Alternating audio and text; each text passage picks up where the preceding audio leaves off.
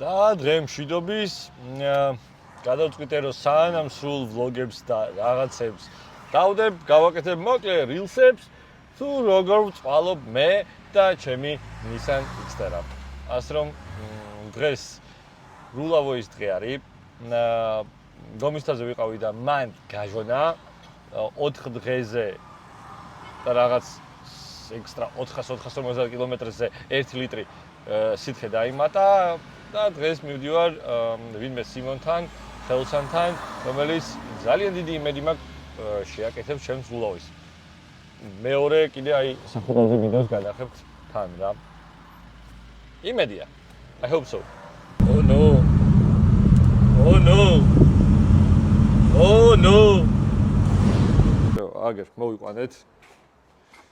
ეს წინა დაზარალებული ზემოთ მყავს. ეს აქ არის. კარგად წოითავს.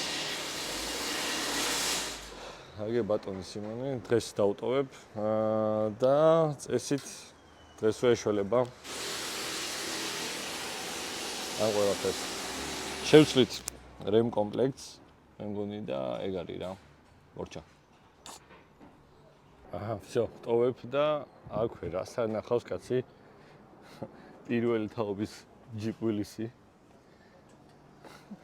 აგე სხვათა შორის ეს ის ვილისებია, რომლებსაც თვითმფრინავებიდან ომის დროს აგდებდნენ და მე სამხედროებს შეეძლოთ რაღაც 10-15 წუთში ამის სრული აწყობა ან დაშლის მდგომარეობაში, ესე დიდ ყუთებში მოქონდათ კედა აგდებდნენ. მე რა კაი ტიპია. ეს თავის ქარხუნძრავზეა? თავისი ქარხუნძრავია, ხო? არა? არა, აბა რა არის ახლა რა დევს იმ 24 ძრავია ჩემი. როცა მარტო მე რა გუჯაბიძეს უყედია. კაი ტიპია.